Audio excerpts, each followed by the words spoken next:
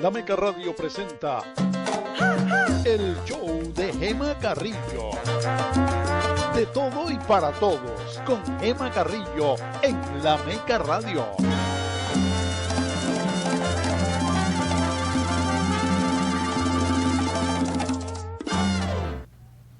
Hola, mucho gusto en saludarles aquí en el show de Gema Carrillo de las Escuelas Públicas del Condado Miami-Dade. Naturalmente muy contento de estar con ustedes aquí para comenzar la semana. Saben que no tienen que esperar al final de la transmisión para ponchar el botón de suscribirse, La Mega Radio. Muchas gracias por dar una bienvenida en sus redes sociales a través de Facebook Live, y después vamos a tener el programa disponible en YouTube, así que si se pierde alguna parte o quiere volver a revisar de lo que hablamos, porque acuérdense que siempre tratamos de temas súper interesantes y cosas que tienen que poner atención. Gracias por reunirse con nosotros de nuevo hoy. Y hoy tenemos de invitada a Tai Fuenmayor, que me da mucho placer haberla invitado, tenerla como invitada hoy. Tai es una chica de origen venezolano, tiene una historia muy linda, muy linda. Vamos a dejar que ella nos vaya diciendo poquito a poco cuando llegó a este país, qué es lo que hace, cuáles son sus planes, etcétera, un poquito de su vida privada, familiar, si tiene familia, etcétera, porque vamos a tener, fíjense que lo oyeron aquí primero en La Meca Radio de Tai Fuenmayor. Hola Tai, ¿cómo estás? Hola Gema, buenos días, buenas tardes a todos. Es un placer estar con ustedes y saludar a tu público. Y gracias a ti por haber venido, porque yo sé que tú estás bien ocupadita, después vamos a hablar de por qué estás tan ocupadita, pero vamos a primero a hablar un poquito de ti. Como dijimos, eres venezolana, naciste en Venezuela. Háblanos un poquito de cómo fue que tú llegas a este país. Yo sé que tu padre todavía vive en Venezuela. ¿Por qué es que tú vienes a este país? ¿A qué edad llegas? ¿Cómo te desenvuelves? ¿Cuáles son tus pasos en motivo de preparación educativa? Y explícanos un poquito para que el público aprenda a saber quién es Tai Fuenmayor. Es un placer para mí darme a conocer a tu público. Yo nací en Venezuela, estuve ahí por mis primeros años, los primeros 10 años. O sea, que llegaste a este país cuando tenías 10 años. Correcto, y desde esa edad estoy tomando decisiones duras porque a los 10 años vivía mi mamá aquí, pero el resto de mi familia estaba en Venezuela. Yo me crié con mis abuelos paternos y con mi papá. Y cuando mi mami se vino acá a Miami, se hizo muy difícil para mí por ella no estar presente en el día a día conmigo. Y la decisión fue mía si yo quería venir a Estados Unidos a vivir con ella, lo cual en cierto modo pues quería decir que yo tenía que dejar a mi familia en Venezuela, a mis abuelos que fueron los que te criaron, claro, a mi papá que fue con quien estaba viviendo desde pequeña, para venir acá a una nueva aventura, una buena aventura con mi mami, que siempre fue para mí y sigue siendo mi ángel.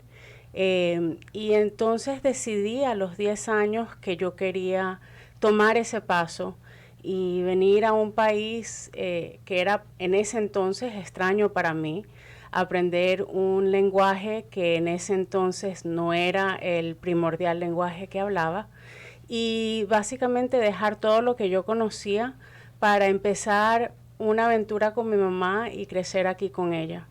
¿Y qué es lo que por qué es que tu mamá vino a Estados Unidos? ¿Qué es lo que tu mamá hacía aquí? ¿En qué se desempeñaba? ¿Qué es lo que la trae a ella en primer lugar a los Estados Unidos? Bueno, mi mami siempre tuvo a Estados Unidos en su corazón, era como algo que llevaba en sus venas desde chiquita. Ella siempre me dice que hasta cuando tenía 10 años, ella decía, yo un día voy a ir a vivir a Estados Unidos. Voy a buscar mejores oportunidades en Estados Unidos, voy a estar en Estados Unidos. Y hecho y dicho, mejor dicho y hecho, claro. Se vino acá a buscar una mejor vida para ella, mejores oportunidades y para trabajar duro y tratar de hacer lo que a lo mejor se le hacía mucho más difícil en Venezuela, que era establecerse, poder comprar un hogar, poder estar con su hija, etcétera, y criarme en una forma en que yo pudiese tener una educación que a lo mejor en Venezuela era más difícil para ella hacerlo porque era paga, mientras que aquí podía ser una educación pública, etcétera. Y como te digo, mi mamá siempre ha sido mi ángel, pero además de eso es la mujer que más he admirado en mi vida. Déjame hacerte una pregunta, porque para las personas que no sepan, en Venezuela tú dices la educación es paga, o sea, hay educación pública, pero ¿por qué razón en Venezuela tú hubieses escogido o tus padres hubiesen escogido para ti una educación privada en vez de una pública? Como aquí uno asume, vamos al colegio público porque es lo mejor de todas formas. Claro, aquí gracias a todo, pues tenemos una educación bastante buena en la rama pública. Desafortunadamente en Venezuela no es así. Y la forma de educar a un niño con más estabilidad, gracias, es hacerlo en un colegio privado. Y gracias a Dios también mis abuelos, mi padre estaban en la capacidad de darme eso, pero no lo hubiese estado mi mamá sola. Claro, si ella se hubiera quedado en Venezuela, la situación hubiera sido diferente para ella. Mucho diferente. Exacto, sí. Muy diferente. Entonces ella viene y tú te decides reunirte con ella. Tú tienes hermanitos, después tuviste hermanitos. Explícanos un poquito de eso. Cómo no. Yo soy hija única por mi mamá. Por mi padre sí tengo hermanos. Yo sé que aquí los llaman half brothers, sí, o medio hermanos. Sí. Para mí siempre han sido mis hermanos completicos. A pesar de que no son hijos de mi mamá, al ser de mi propia sangre, siempre los he pensado como mis hermanos. Tengo 2 hermanas y tengo un hermano menor. Yo soy la mayor y la que ha tenido que, por esa misma razón, forjar el camino, ¿no? De la que regañaron un poquito más. Claro, sí, siempre el primer hijo uno como que es más perfecto, tiene que estar todo... un poquito más rígido. Sí, hay un anuncio de televisión que dice first child, el primer hijo, ¿no? La fórmula se le da a la hora exacta con la cantidad exacta, y ya el segundo hijo, cuando llega el babysitter, sí, sí, que cuida, tú sabes lo que estoy hablando, que te dice, mira, ahí está el teléfono y estos son los pañales, me voy. O sea, ya que antes le hace entrevistas individuales a cada uno de los niñeros. Que, a ver, usted no tiene un doctorado. Definitivamente. Entonces tú tuviste que sobrepasar esos, como esas barreras, ¿no? Cuando ya llegaron tus hermanos ya era más fácil, claro. Claro, un poco más fácil. Yo creo que mi padre también estaba un poco mayor cuando llegaron ellos y ya... Lo cansado. Bueno, o a lo mejor un poco más sabio. Pero siempre, no importa si son de mi mamá y mi papá, siempre han sido mis hermanos toda una vida. Y le tengo mucho aprecio a las mamás de mis hermanos. A pesar de que ellas no son mi mamá. Y no te criaste con ella porque ellos se criaron en Venezuela y tú te criaste aquí. Correcto, ellos están, es más, ellos todavía están en Venezuela. Sí, tu padre todavía vive en Venezuela. Correcto. Sí, que tuve la honra y la dicha de conocerlo, una persona muy dulce. Cuando venga él de nuevo, vamos a tener que traer a entrevistarlo a él porque él tiene también una historia muy especial también. Entonces vienes para los Estados Unidos con tus 10 años, empieza la escuela aquí. ¿A qué escuela primero llega en los Estados Unidos cuando llegas aquí? Mi primer colegio fue Feinberg Fisher. Feinberg Fisher en la playa. Yo trabajé en Feinberg Fisher. Sí. Pero yo creo que estás muy joven para haber trabajado cuando yo llegué. No cuando tú llegaste, pero trabajé hace como 15 años trabajé en Feinberg Fisher. Sí, por eso, estabas demasiado joven para cuando yo llegué. Sí. Y estuve ahí por mi primer semestre de 6º grado. Llegué entrando al 6º grado y después nos mudamos de Miami Beach y fui al colegio de Coral Way Elementary, que ahora va hasta 8º grado, tengo por entendido, pero en ese entonces solamente iba hasta 6º. Y me gradué de 6º grado ahí.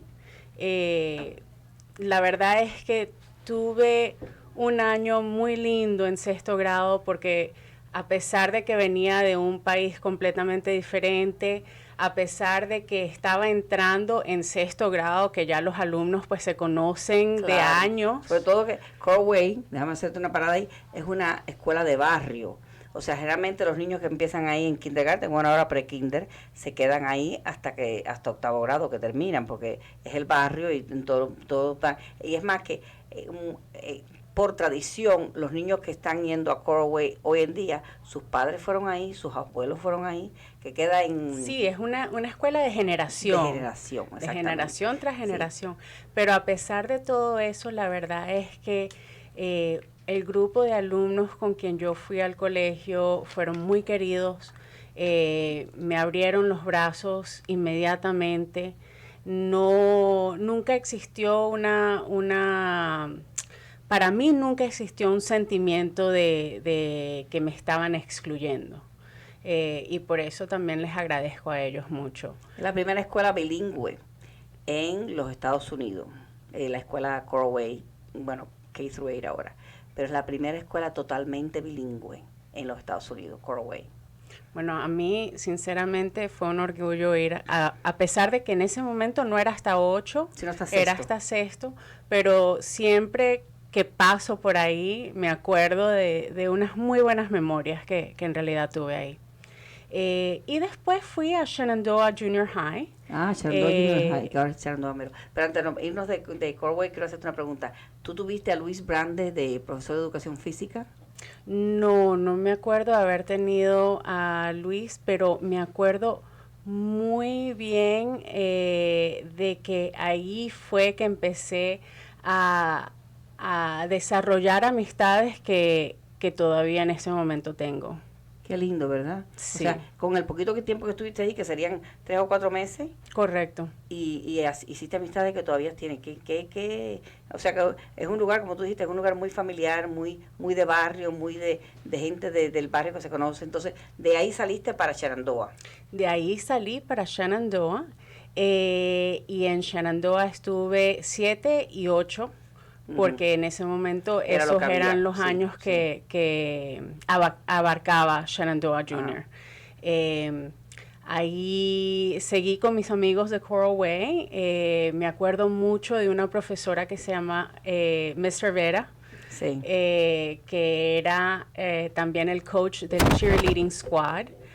Fui cheerleader en octavo grado. ¿Cómo se dice? En español se dicen porristas. Así que fuiste porristas. Bueno, porristas. Imagínate, yo de cheerleader, de porrista. De porrista, bueno, eso como el trabajo de los cheerleaders, de las porristas, es embullar. De animar. Claro. A el resto de los estudiantes para que... de animar el espíritu del colegio, claro, básicamente. O sea que eso es perfecto para lo que eventualmente vas a estudiar, que vamos a hablar de eso después.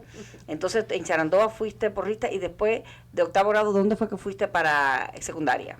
Para secundaria fui a 2 secundarias diferentes. Fui a La Salle, que es un colegio privado que se encuentra cerca de Mercy Hospital. Al lado de Mercy Hospital. Y después fui a Coral Gables Senior High. Me gradué de Coral Gables Senior High. Yo enseñé en Coral Gables también. Pero, Gemma, sí, yo enseñé todo. O sea, lo que pasa es que yo llegué un poco muy tarde, entonces, o tú muy tarde, y yo muy temprano. Yo enseñé en Coral Gables entre el 92 hasta el 98, me fui en el 98. Bueno, yo me gradué de Coral Gables en el 92. Bueno, entonces cuando... o sea yo que hemos tenido esa conversación antes, sí, o sea que, porque yo entré en agosto, yo entré después del huracán Andrew, ¿te acuerdas que hubo en agosto? Claro. Hubo 2 semanas sin escuela porque no podíamos entrar en las escuelas. Bueno, justo en el huracán Andrew me había ido yo a la universidad.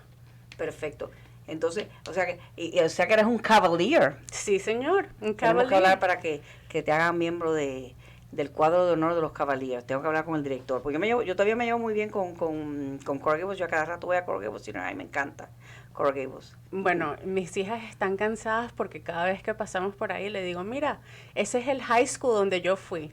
Entonces ya mi esposo dice, ¿cuántas veces tú le vas a decir eso a las Por niñas? acaso les olvida, claro que sí. Bueno, ahora ellas son las que dicen, mira, ese es el high school donde tú fuiste. Entonces saliste de Coral Gables, y de Coral Gables, ¿qué fue lo que decidiste que ibas a hacer? De Coral Gables fui a la universidad en Florida State University en Tallahassee. En Tallahassee, yo también me gradué de ahí. Gemma, o sea, yo te estoy siguiendo los pasos a ti ahí, o tú a mí, bueno, una de las dos. Yo fui tenemos primero que porque soy ver. más vieja a Florida State en Tallahassee. Sí. Y Y me gradué con un major en historia. una licenciatura en historia. Es correcto. Ujú. Lo cual creo que es interesante porque mi abuelita en Venezuela enseñaba historia en secundaria. ¿Verdad? Allá en secundaria te gradúas de bachiller. Ujú. Ella enseñaba historia y sus alumnos se graduaban como bachilleres en humanidades. Oh, Dios mío.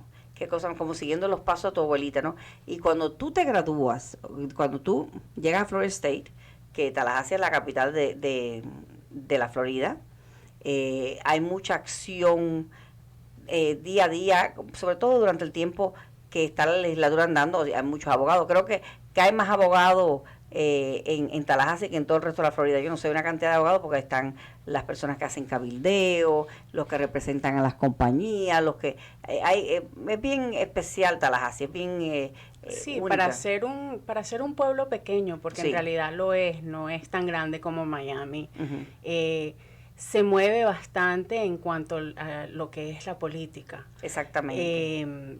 Pero te puedo ser sincera, en ese tiempo de universidad no estaba pensando tanto en la política, estaba pensando más en lo que ocurría en ese momento. Yo veía muchos homeless, por ejemplo, en Tallahassee, entonces en mi época de universidad siempre iba de voluntaria a un shelter de homeless y fui voluntaria en ese shelter por 2 años. Yo estuve en Florida State por 3 años y medio porque me gradué un semestre temprano. ¿Y por qué te graduaste un semestre temprano?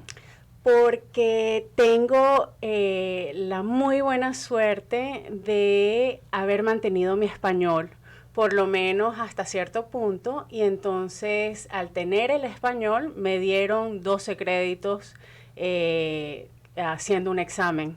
Un CLEP.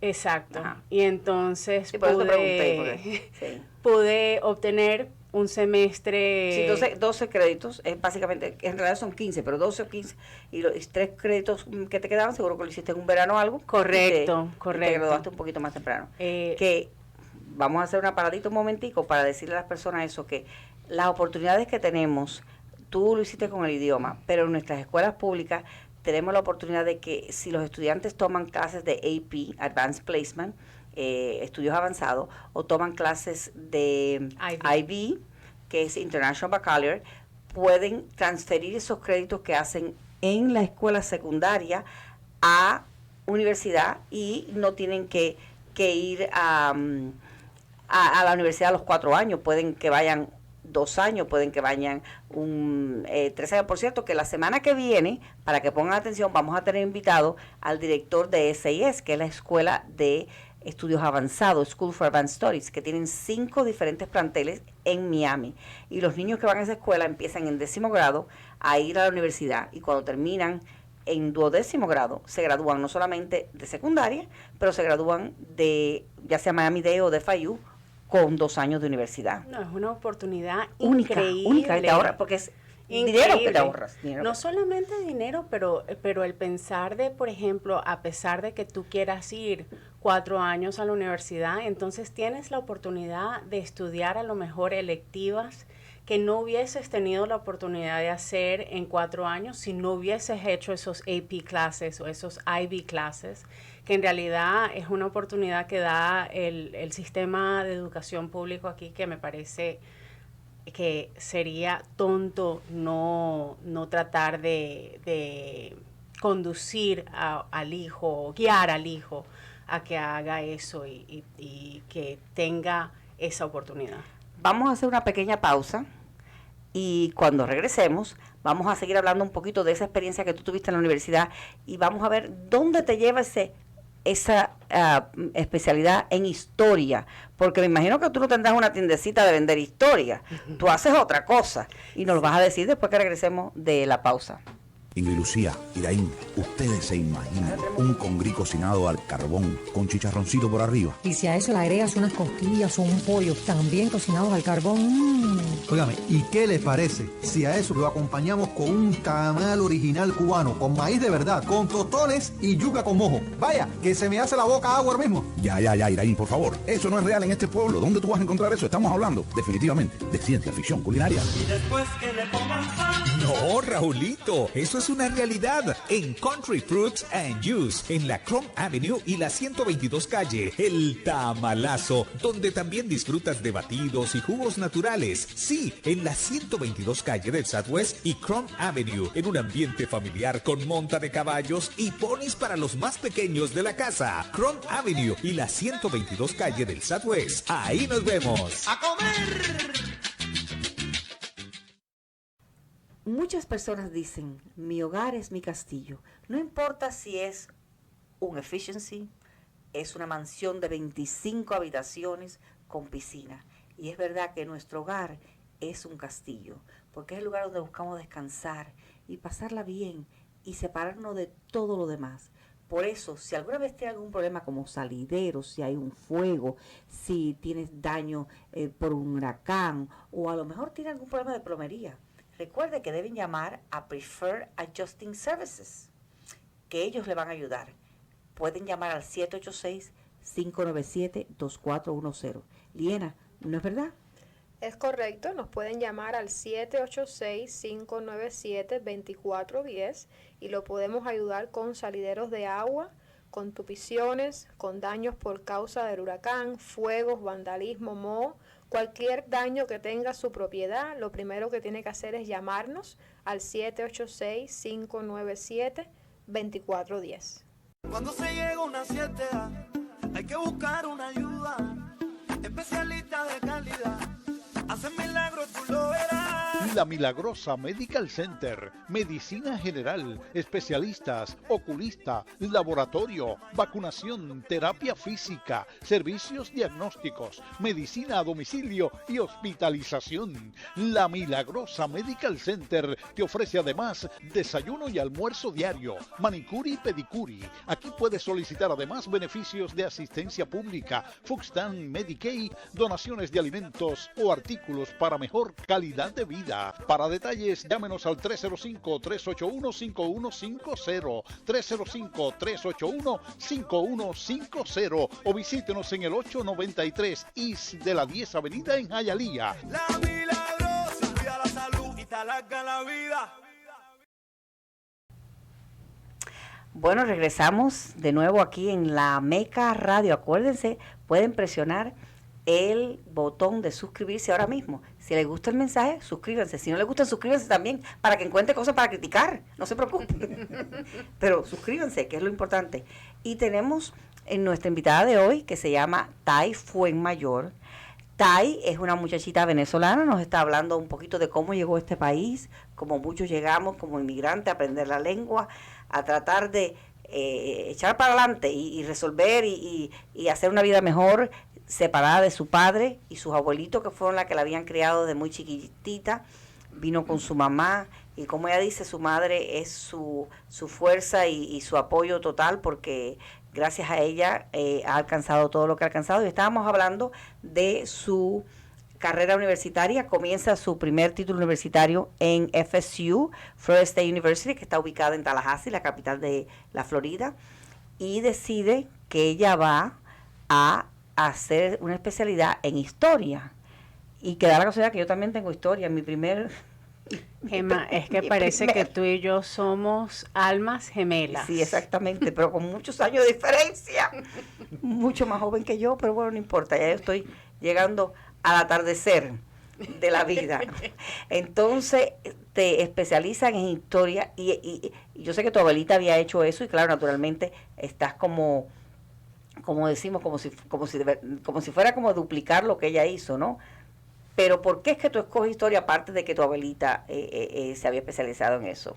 Bueno, empecé en realidad con biología. Ok. Y empecé, aquí van a averiguar la verdad.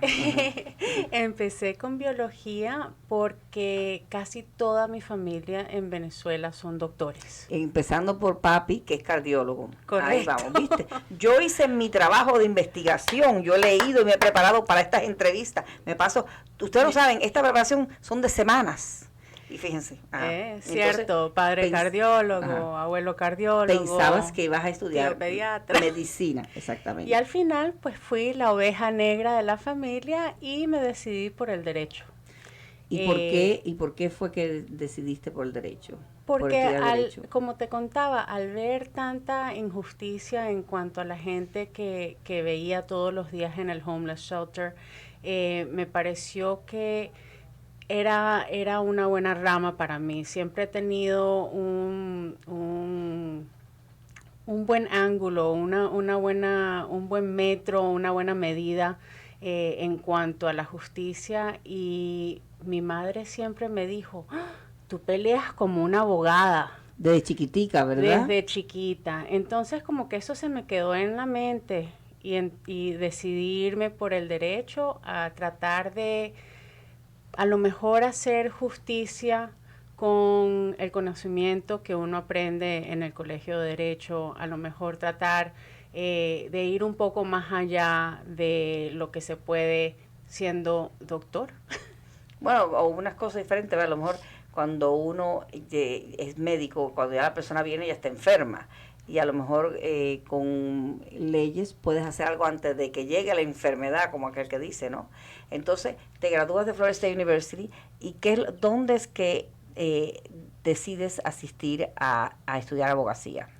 Bueno, me graduó de Florida State en Tallahassee, y como te contaba antes, mi mamá siempre ha sido mi ángel, siempre ha sido mi support, y regresé a Miami porque estaba súper homesick, se dice en inglés. Extrañando mucho la casa, y óyeme, después de cierto tiempo fuera, en Tallahassee con esos fríos. Uno extraña Miami. Sí. Y después, que no es como Miami también, que Miami es bien plano, en Tallahassee hay lomas y lomas y más lomas. No son muy altas, pero hay lomitas. Sí, es verdad. Sí.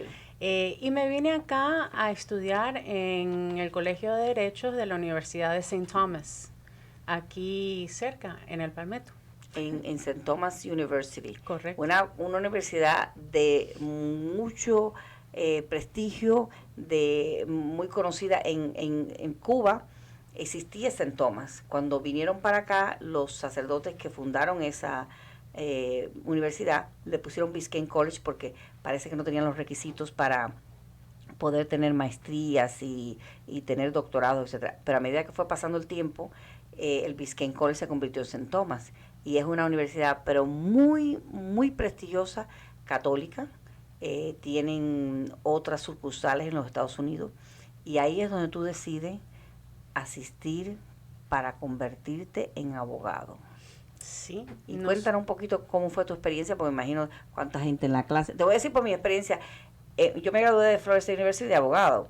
O sea, que ahí fue donde partimos los caminos. Los caminos. Y en mi clase habían como 140 personas en total, y habíamos hispanos, habíamos como 10, y mujeres habíamos 2. O sea que era una anomalía, ¿no? Que una persona como yo estuviera estudiando. Así que me imagino que tú, cuéntame cómo fue tu experiencia en ese punto aquí en St. Thomas. Bueno, mi experiencia creo que fue un poco más diferente, en el sentido de que había mucho más mujeres que 2, aunque la mayoría eran muchachos, hombres. Sí había una buena cantidad de chicas. Aparte de eso, estando aquí en Miami, pues había también una buena cantidad de hispanos. Pero era bonito tener la diversificación en la diversidad. Gracias, sí. La diversidad en la clase, porque teníamos de todo un poco. De verdad, teníamos estudiantes que venían de afuera, del norte, al igual que teníamos estudiantes que venían de las Islas Caribes, o sea, teníamos de todo un poco y en ese sentido se une un poco más, a lo mejor te une un poco más el estudio del derecho que cualquier otra cosa. Sí, es bien difícil estudiar leyes, porque sobre todo el primer año estás completamente, es una manera de estudiar completamente diferente a lo que uno está acostumbrado. Hay mucha memorización, hay muchas cosas que cambian constantemente y es bien difícil adaptarse a ese ritmo. Sí. Yo creo que de todas las cosas que he hecho en mi vida, lo más difícil fue sobre todo el primer año, pero todos los años fueron difíciles, pero el primero sobre todo. Es cierto, el primer año te sientan en orientación y te dicen, mira a tu izquierda, mira a tu derecha, uno de ustedes tres no se va a graduar. Y yo decía, Dios mío, por favor, que no sea yo, que no sea yo. Pero no solamente te graduaste, sino que te graduaste. Dime, ¿hay algo especial que tú tienes que te graduaste? Me gradué la más joven de mi clase a los 23 años. Había un chico que por poco me gana, pero nació 2 meses antes. O sea que te graduaste la más joven ese curso en St. Thomas. Sí, y entiendo que la más joven en mucho tiempo, no sé si me han ganado.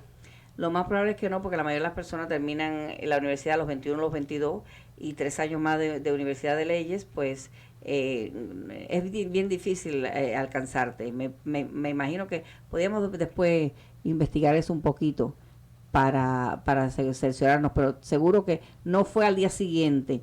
Si alguien te ganó, seguro que pasaron por lo menos como 10 años. Déjame hacerte una pregunta que muchas personas se dan cuenta. Lo primero que la gente te dicen es, ¿y en qué te especializaste? Bueno, en la Escuela de Leyes de los Estados Unidos uno no se especializa en nada de sí. Puede ser que te interese algo, entonces lo que tú estabas hablando algo antes de que te da opción a tomar algún electivo, por ejemplo, oyes hablar, ya después que tú terminas lo que son los core courses, los cursos principales que son contrato, propiedad constitucional, evidencia, torts. Ay, Dios mío, que eso de morirse. Entonces, pues tú a lo mejor te tomas algo que te interesa, a lo mejor si te interesa la ley de familia, pues tomas Family Law, si te interesa algo bancarrota, pues tomas un curso de bancarrota, pero no es como una especialidad, solamente es como para mojarte. Correcto. Si no es, entonces, ¿qué fue lo que, estando ahí, qué fue lo que te interesó, que tú creíste que probablemente sería una cosa en lo que te podías dedicar una vez que te graduaras? Bueno, lo interesante es, como tú dices, el Colegio de Derechos es muy particular en el sentido de que te enseñan más que todo a pensar como un abogado. Como tú lo pones, uno se moja los dedos, se moja el pie en lo que es las leyes de cada tipo de ley, de derecho, pero más que todo te ayuda a analizar un caso, cómo usar ese caso a tu favor o cómo lo pueden usar en contra tuyo. Y cuando fui al Colegio de Derechos, lo que más me interesaba era la ley penal, el derecho penal. Y en el último año de mi universidad, o sea, del Colegio de Derechos, hice una pasantía con el fiscal del estado aquí en Miami y tuve la oportunidad de estar en la corte todos los días con el fiscal del estado en la corte de misdemeanors, que son los crímenes menores, y también en la corte de juvenile, que son los menores de 18 años. ¿Y tú creíste que eso es lo que tú ibas a... ¿Por qué fue que te interesó tanto? ¿Qué pasó algo? ¿Pasó algo en criminal law? ¿Qué pasó que tú creíste que ese era el área donde tú ibas a ir? En realidad no pasó nada en particular. Me pareció en los estudios lo más interesante, lo más, por no tener mejor palabra, lo más divertido, lo que tenía más acción o lo que yo pensaba que tenía más acción. Pero de acuerdo al desarrollo del ejercicio del derecho, me he dado cuenta que en realidad todo tiene su mérito. Y todo tiene, a pesar de no la misma acción, la misma cantidad de acción en diferentes formas. Y entonces te gradúas Me de gradué. St. Thomas University, te presentas al examen del Colegio de Abogados. Que creo que eso es lo más difícil que he hecho. Eso es dificilísimo. Bueno, no sé si es lo más difícil porque tengo gemelas, pero después vamos a hablar de las niñas. Pero es algo bastante difícil. Sí. Y todos los chicos, todas las chicas que están presentando ese examen ahora, que lo van a presentar en julio, y los que lo presentan en febrero, que lo presentan temprano, les deseo la mejor suerte posible. Es un examen bastante duro, y el examen de la Florida es el tercer más difícil de los Estados Unidos. Los otros dos que le ganan son California y New York. Y Nueva York. Tú sabes que alrededor de la época en que yo me estaba preparando para tomar el examen del Colegio de Abogados, hay unas revistas que uno se suscribe cuando es estudiante, que son como el SBAB Law, no sé qué, no me acuerdo cómo se llamaba. Y no había, con aquellos tiempos no había internet, señores, ni había medios sociales, nada.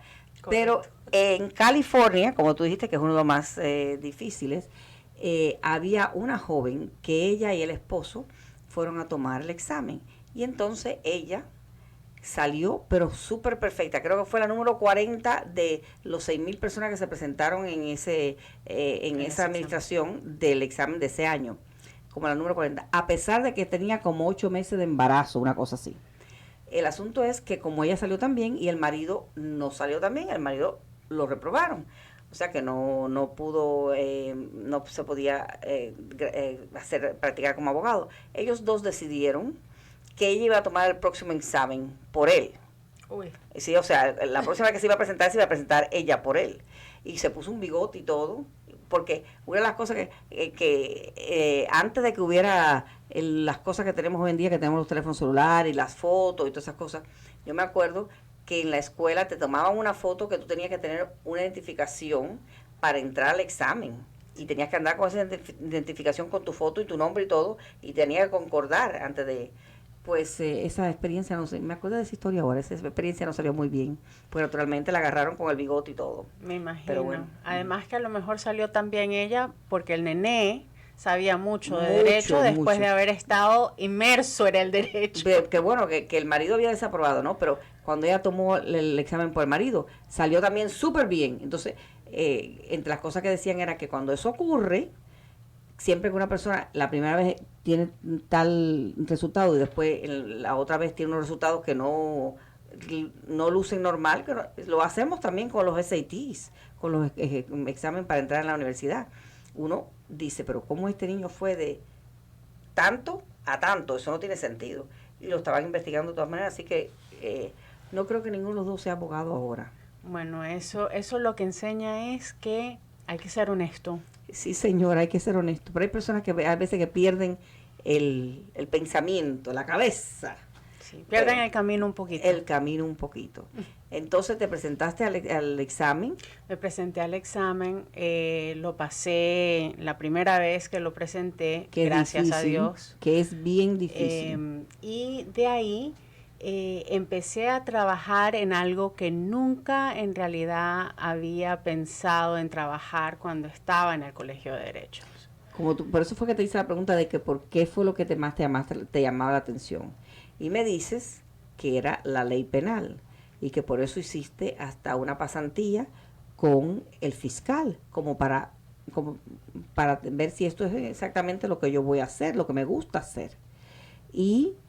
Pero estando en esa pasantía, empecé a ver abogados de la fiscalía que tenían como un departamento separado. Estamos hablando de la fiscalía de aquí en Miami-Dade. Sí, no era en realidad un departamento separado, por decirlo así, pero tenían casos penales de violencia doméstica. Que me llamó mucho la atención, no solamente por los casos que tenían, que obviamente tenían unos factores muy tristes, pero a la misma vez muy interesantes, pero también me llamó la atención en cuanto a qué pasaba con la víctima. Exactamente. Y eso es lo que vamos a hablar ahora cuando regresemos después de esta pausa vamos a hablar un poquito más de cómo es que tú llegas a aprender sobre lo que son los casos de violencia doméstica y cómo es que indirectamente, aunque esa pasantía te ayudó a más o menos lo que tú querías hacer, en ese momento no sabías que empiezas con tu pasantía. ¿Cuánto duró la pasantía? ¿15 semanas? No, fue un año entero. ¿Un año entero? Sí, tuve la oportunidad de hacerlo un año. Dios mío. Sí, que hay veces que las personas no tienen esa oportunidad, hay veces que las personas tienen nada más que 15 semanas. Bueno, ahora cuando regresemos, vamos a hablar un poquito de qué es lo que sucede con esos abogados que tienen esos casos especiales de violencia doméstica. Doral Kia en el 101-55 Northwest y la 12 calle en Doral. Abierto los 7 días de la semana con especiales en todos los modelos. 10 años o 100,000 millas de garantía. Por eso usted no paga tarifas mecánicas, intereses muy bajos y planes especiales para todo tipo de crédito. Su solución es sin dudas Doral Kia. Para detalles llame al 786-259-7156. Doral Kia. Tanta gente no puede estar equivocada. Muchas personas dicen, mi hogar es mi castillo. No importa si es un efficiency, es una mansión de 25 habitaciones con piscina. Y es verdad que nuestro hogar es un castillo, porque es el lugar donde buscamos descansar y pasarla bien y separarnos de todo lo demás. Por eso, si alguna vez tiene algún problema como salideros, si hay un fuego, si tienes daño por un huracán o a lo mejor tiene algún problema de plomería, recuerde que deben llamar a Preferred Adjusting Services, que ellos le van a ayudar. Pueden llamar al 786-597-2410. Liena, ¿no es verdad? Es correcto, nos pueden llamar al 786-597-2410 y lo podemos ayudar con salideros de agua, con tupiciones, con daños por cualquier daño que tenga su propiedad. Lo primero que tiene que hacer es llamarnos al 786-597-2410. Ingrid Lucía, Iraín, ustedes se imaginan un congrí cocinado al carbón con chicharroncito por arriba. Y si a eso le agregas unas costillas o un pollo también cocinados al carbón.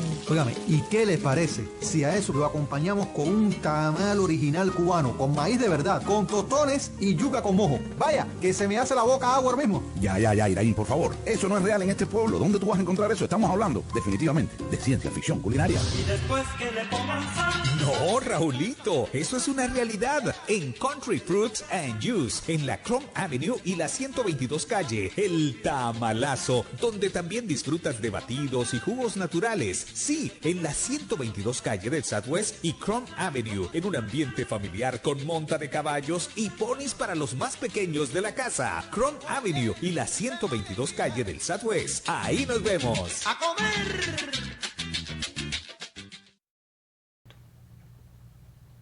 Regresamos aquí en la Meca Radio. Recuerden, para suscribirse solamente tienen que ponchar, no importa, no tienen que esperar hasta el final. Suscríbanse para que no se pierdan ningún programa de el show de Gema Carrillo, que llegamos a ustedes gracias a la cortesía de PA Adjusters. Casi se me olvida. Muchas gracias, Liena, por tu generosidad. Y hoy tenemos una invitada especial que se llama Tai Fuenmayor. Estábamos hablando de que Tai es venezolana, como muchos de nosotros, inmigrantes, viene con su mamá a tener una vida mejor, a darle esas oportunidades que muchos de nosotros solamente soñamos. Ella la pudo alcanzar, ella misma tomó la decisión de venir, dejó a su papá en Venezuela, que era la persona con la que ella vivía, con sus abuelitos, viene a los Estados Unidos, se gradúa de nuestras escuelas públicas, que habla muy bien de la preparación que nosotros damos a estas personas que vienen sin hablar la lengua, que empiezan a aprender inglés, empiezan a decidirse qué es lo que van a estudiar, y vemos que empieza en Florida State University su primer carrera universitaria con el punto de estudiar biología, porque ella quiere ser médico, como su familia, que tiene su papá que es cardiólogo, su abuelito que es cardiólogo, y de momento dice, no, voy a estudiar historia, y ahí con el propósito de estudiar para abogados. Termina su carrera, llega a St. Thomas University, se hace abogado, se gradúa de abogado, y en este momento es cuando agarramos de nuevo la historia. se gradúa de St. Thomas University, la más joven con 23 años en esa clase que se graduó, y decide que se va a concentrar en un área que, aunque es conocida, no muchas personas saben de cómo es que llega ella a decidirse por practicar violencia doméstica, tratar de ayudar a esas personas que son víctimas de violencia doméstica, especialmente esas víctimas que estamos hablando. Claro, porque lo que pasa es que en la fiscalía lo que hacen es castigar o tratar de rehabilitar a el agresor. Porque es esa persona en realidad la que está en el sistema penal, en el sistema de que se encarga el fiscal del Estado, el defendiente público. Pero, el defensor público. Perdón, el defensor público. Que eso es otra cosa que tiene este país. Las personas que no tienen fondos y van delante de una corte criminal, el Estado le asigna un defensor público a que lo defienda. Porque aunque usted no lo crea, todo el mundo es inocente hasta que se encuentre culpable. ¿No es verdad? Correcto. Pero la víctima es casi como una persona que queda en las afueras. Y cuando estuve haciendo la pasantía en el fiscal del Estado, teníamos que hablar con la víctima como un testigo, básicamente. Pero había mucho más atrás de cada una de esas personas. Y fue ahí que se me abrió un poco la mente, se me abrió un poco el corazón a esas personas que son víctimas de violencia doméstica. Y mi primer trabajo, después de salir del Colegio de Derechos, fue haciendo o ayudando a las víctimas de violencia doméstica a conseguir órdenes de protección o injunctions for protection en la parte civil. Y eso también otorgaba a las víctimas que, por ejemplo, estaban en un matrimonio, podía otorgar la custodia de los niños, podía otorgarles la propiedad donde estaban viviendo, mantenimiento para el niño y ayudar a la víctima de esa forma, no solamente encargarse de lo que es castigar o rehabilitar el agresor. O sea que lo que estás tratando de decir es que lo que es la ley de violencia doméstica es muy compleja, porque no solamente tienes al agresor que hay que castigarlo, que hay que rehabilitarlo, lo que sea, pero tienes del otro lado a la víctima. Y acabas de decir una cosa y quiero que me hables un poquito más de eso. Me dijiste, hay más allá de lo que es ser una víctima de violencia doméstica. Explícame un poquito qué es lo que tú veías detrás de la víctima que te hizo que decidieras hacer ese tipo de ley que en realidad era creando protección para esta víctima. Bueno, cuando digo hay más allá de la víctima, quiero decir que esas víctimas son como multidimensionales. No solamente eres una víctima de violencia doméstica, eres una protectora de tus hijos, eres una esposa que a lo mejor se está quedándose un esposo que te proveía el mantenimiento financiero. Eres a lo mejor una hija que está viendo a tu madre que se ha peleado de esa misma manera con tu padre y esa madre lo vio en tu abuelo. Eso son generaciones tras generaciones. La conducta se repite y se repite y se repite a través de las generaciones porque es lo que han visto. Claro, es como un ciclo. Y se creen que eso es la normalidad. Entonces hay mucho más allá y uno ve en realidad el degenero de la autoestima de la persona.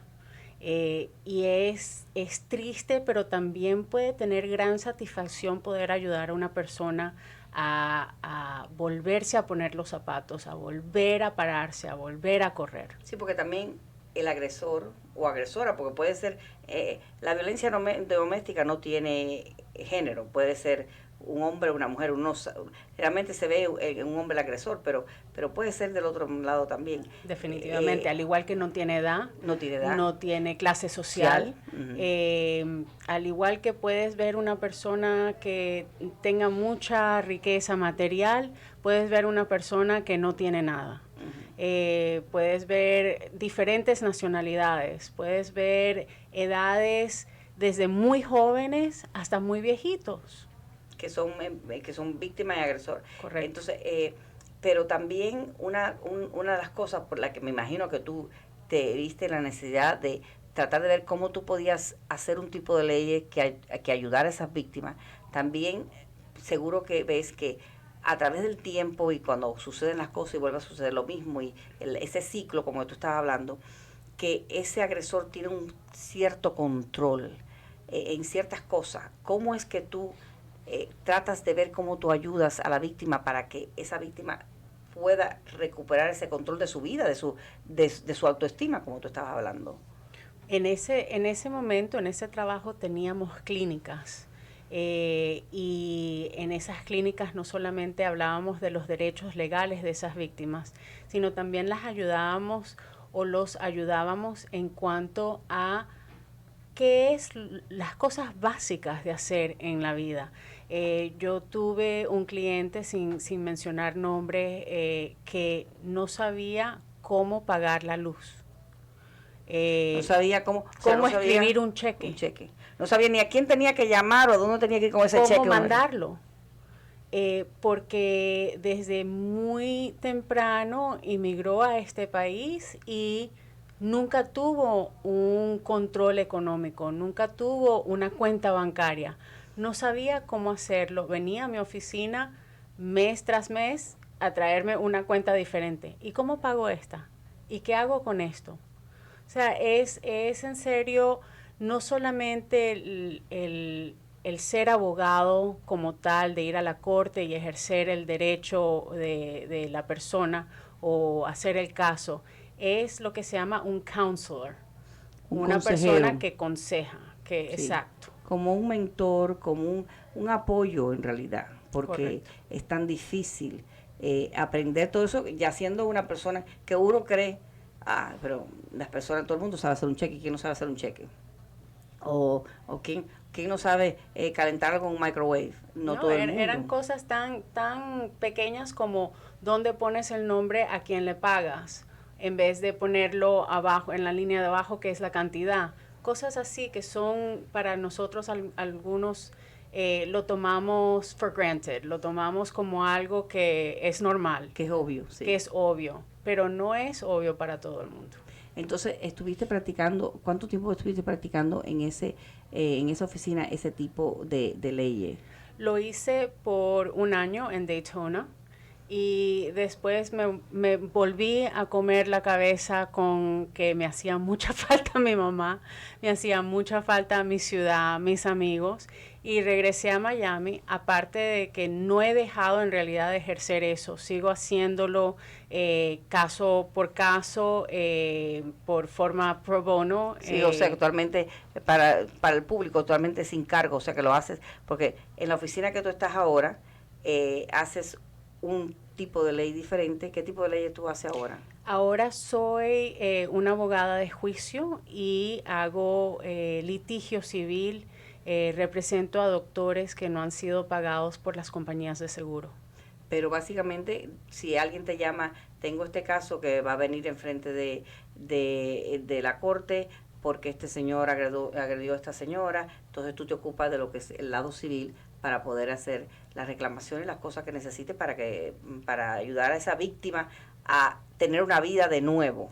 Usualmente lo hago no necesariamente con personas individuales que me llaman, lo hago ayudando a los legal services de Miami, que tienen una rotación de abogados que ayudan en esos tipos de casos, al igual de otros tipos de casos, a personas de bajos recursos.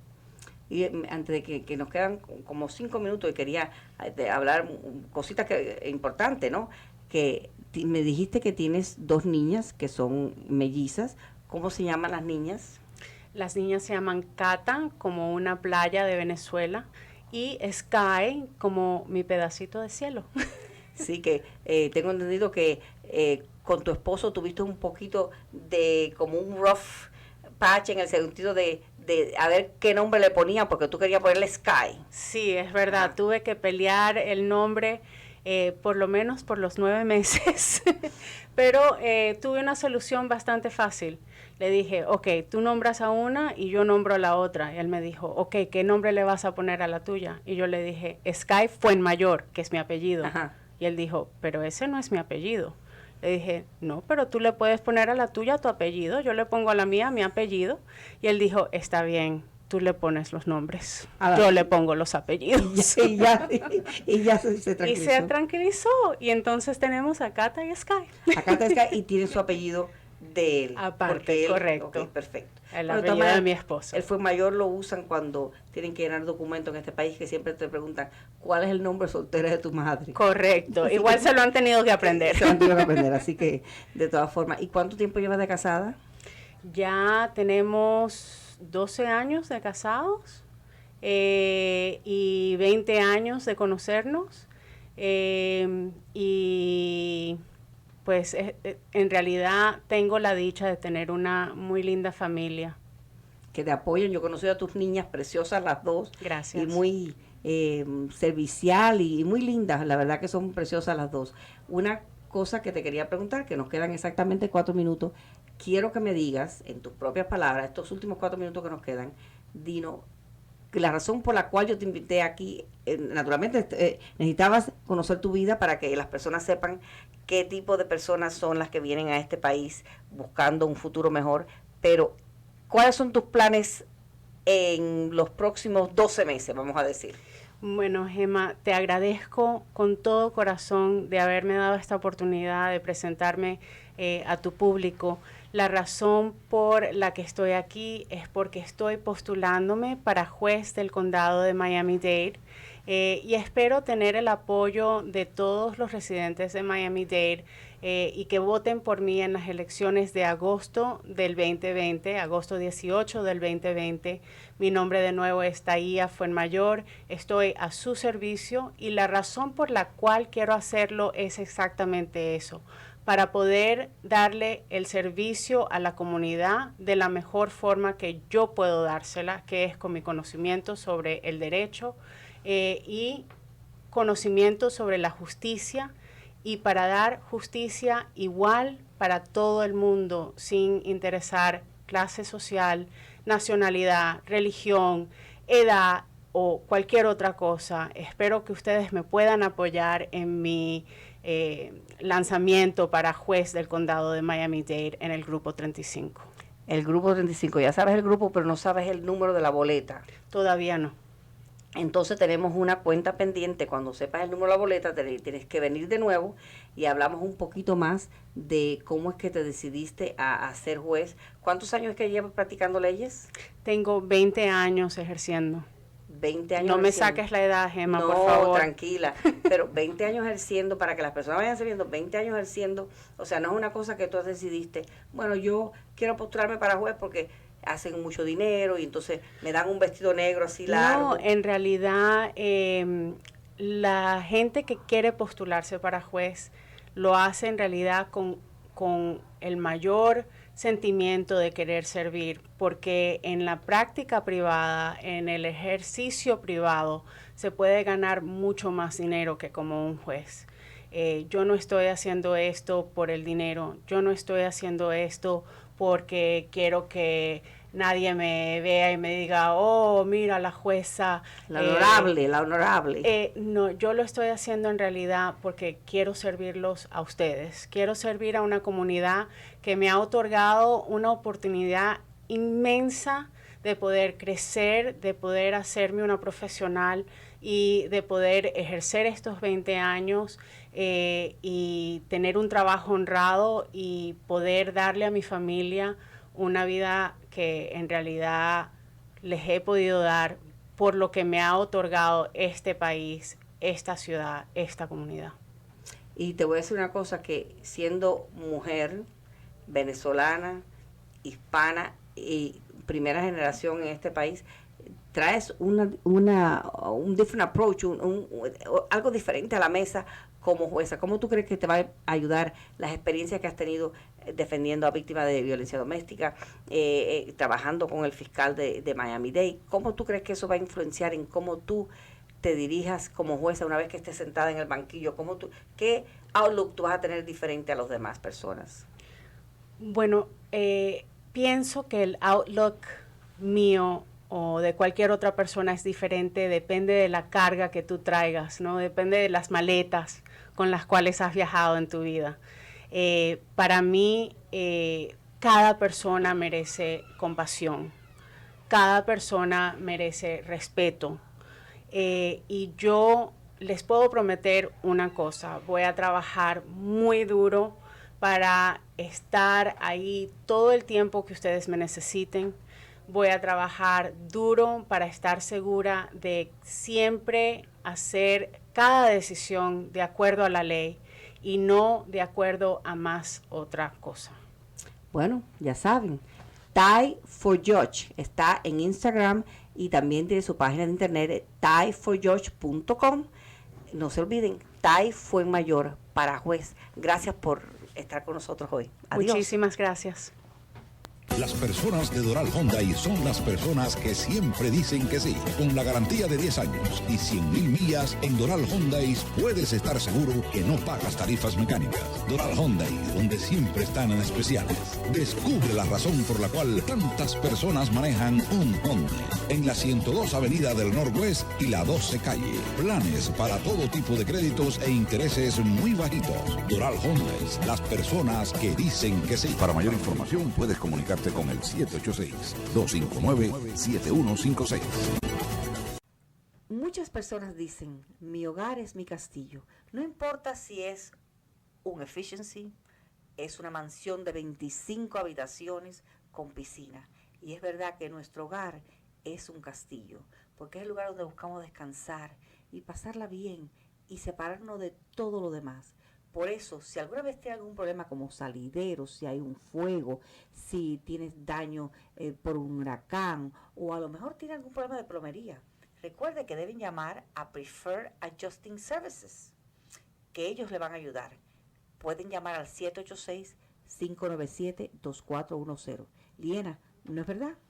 Es correcto, nos pueden llamar al 786-597-2410 y lo podemos ayudar con salideros de agua, con tupiciones, con daños por causa del huracán, fuegos, vandalismo, moho, cualquier daño que tenga su propiedad. Lo primero que tiene que hacer es llamarnos al 786-597-2410.